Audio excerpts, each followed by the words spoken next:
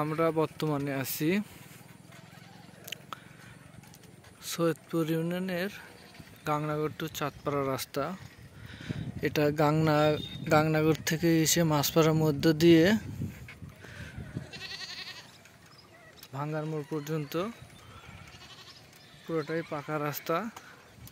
আজকে এই ভিডিওটির মূল উদ্দেশ্য, এখানে একটি 400 বছরের শিমুল গাছ ছিল, গাছটি মারা গেছে, কিন্তু কাটার কারো কোনো উদ্যোগ নেই।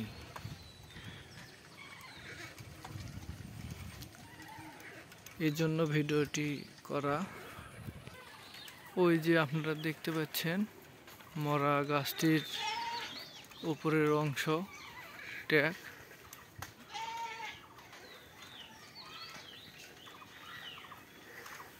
গাছটিতে একটা আগাছা গাছ আছে, বট গাছ। গাছটি প্রায় 400 বছরের ঐতিহ্য এখানে ছিল, 400 বছরের গাছ। গাছটি মারা যাওয়ার কারণে কোনো সংশ্লিষ্ট ব্যক্তিবর্গ কেউ কোনো উদ্যোগ না নেওয়ার কারণে গাছটি এখানে রয়ে গেছে।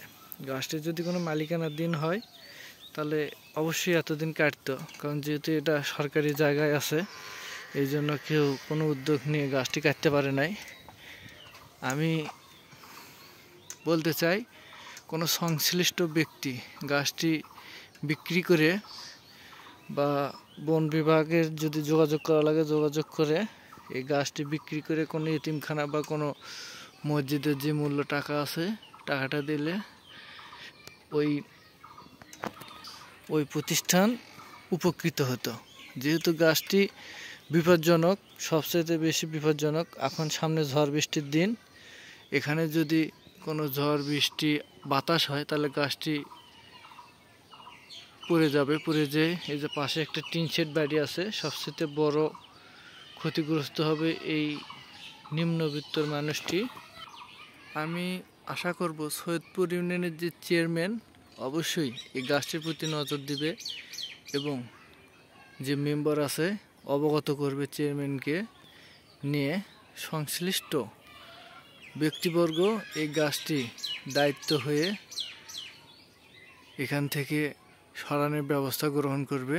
যদি উপজেলা পর্যায়ে কোনো অনুমোদন লাগে, সংশ্লিষ্ট ব্যক্তির মাধ্যমে ব্যবস্থা গ্রহণ করে গাছটির যথাযথ ব্যবস্থা গ্রহণ করার জন্য জনপ্রতিনিধিকে আহ্বান করা হলো। গাছটি মৃত, দীর্ঘদিন যাবৎ এখানে আছে, কারো কোনো উদ্যোগ না থাকায় গাছটি সবচেয়ে ঝুঁকিপূর্ণ হয়ে আছে। এ বলে ভিডিওটি আমি এখানে শেষ করছি। ভিডিওটি ভালো লাগলে এলাকাবাসী ভিডিওটি বেশি বেশি লাইক, কমেন্ট এবং শেয়ার করবেন।